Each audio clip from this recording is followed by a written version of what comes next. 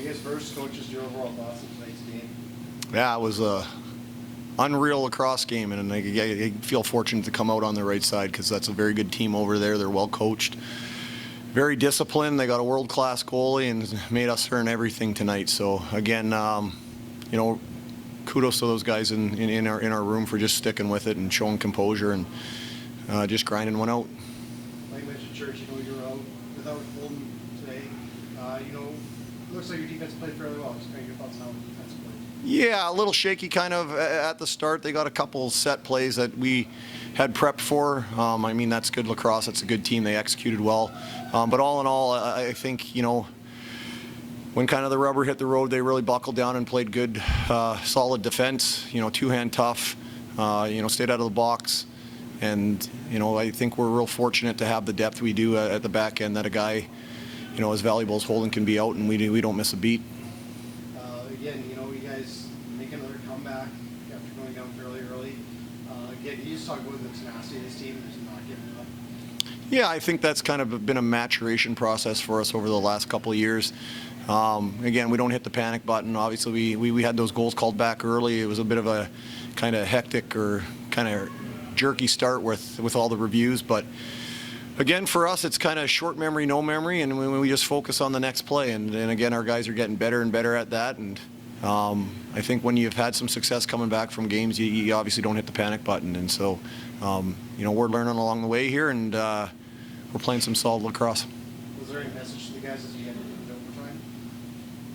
Yeah, it was just really, here's the play we wanted to run, and we actually executed it. They defended it well. We ended up having to make a couple more passes, and then just fortunately for us, Churchy made a shot. And so again, they defended exactly what we wanted to do. We executed it well. Again, it just came down to someone making a play. And so I thought the big play in overtime, though, was the loose ball that Nasa was able to create after losing the draw and, getting us that possession. So again, overtime's a tough place to play, and if you can get the first one without them getting a possession, it's always it's a sigh of relief. Was it one point that simply expected to be one? Everyone else in there wanting to stick with Bobby Church? Yeah, and again, he just found himself a little bit of space and shot over a pile, and luckily for us, it went in. And so again, what I liked is that after they defended our play, we didn't force it. We kind of just stuck with it, got the ball to Ryan on the backside. He tried to take his man one-on-one. Real good defense by Shane Simpson. They kind of started to help down, so he passed it out to Robert, and he just let it fly. So again, in overtime, you need guys to make plays, plain and simple. Again, tough schedule coming up here. How big do you have this momentum now? Yeah, it's really good. I think for us, it's a humbling league. The minute you kind of put the cart in front of the horse, you get it handed to you. So, again, for us, we'll just kind of worry about the next one. That's what we're really doing. I can't tell you the order in which we play. I know we go to Philly next Sunday, and that's going to be our focus. And again, they're a team that presents some challenges with their athleticism on the ON, and they got a very good goalie, and they got a capable defense. So again, it's like any team in this league. If you take your foot off the gas, you get it handed to you pretty quickly. So we'll enjoy tonight and then get ready, start getting ready tomorrow. Jimmy, what does this rivalry mean to you and Kurt that have always battled each other out? Yeah, I was lucky when I was young. I was able to go out and play in Coquitlam, and Kurt was on the team. And so, again, I got the utmost respect for him, the way he approaches the game, the way he studies the game.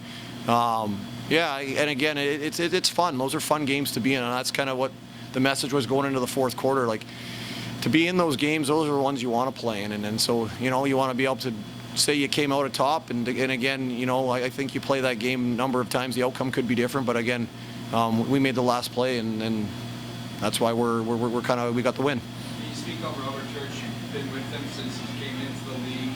He's 4 points away from taking over Mark Matthews for the all-time leader in Rush history.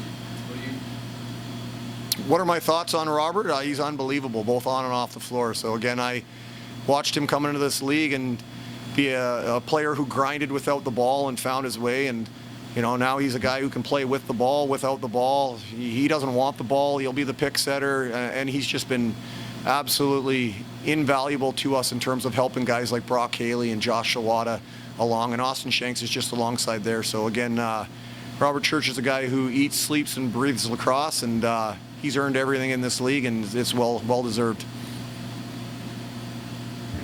Thank you.